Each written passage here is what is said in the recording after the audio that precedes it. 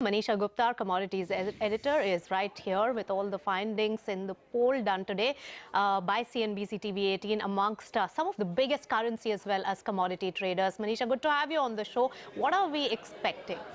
Well, while there is, of course, a lot of uncertainty and volatility, markets really seem to be, tilted towards one side now. So as of now, we really seem to be pricing in a remain, but it could really go either ways. To start with the currency space, and we have seen a huge gain up in many of the high-yielding currencies. The safe havens like the Swiss franc and the Japanese yen have declined. The emerging market currencies also are higher. So we've done a poll with the bankers and funds on the rupee to start with as well.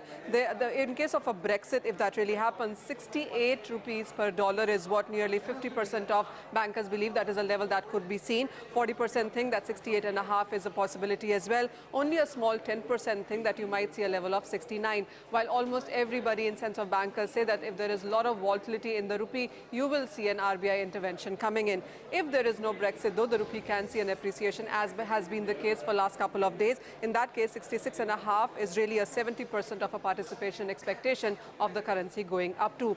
The pound sterling, of course, has been a major mover in the recent few days. If there is no Brexit, you will see the currency continue to gain up 1.50, 1.55, also not ruled out. But if there is a Brexit, there is a very sharp decline that the bankers are expecting. In that case, 1.30 also is not ruled out. When it comes to gold, well, that really hasn't been in the favor in the recent few days, and we already have seen a $50 decline coming in for that. If there is no Brexit, then there could be certain slide, and nearly 50% of people believe that you might see 12.20 as well coming in for the gold prices. But if there is Brexit, then the prices can gain up to 13.50 is what 40% participants believe. And a major chunk, 50%, believe that $1,400 per ounce is your next target on the higher side.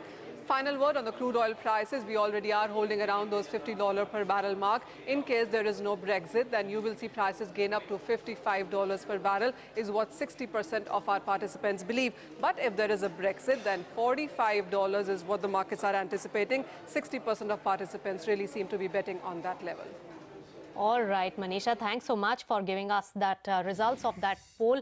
Very, very interesting findings there. All eyes are going to be on that particular referendum.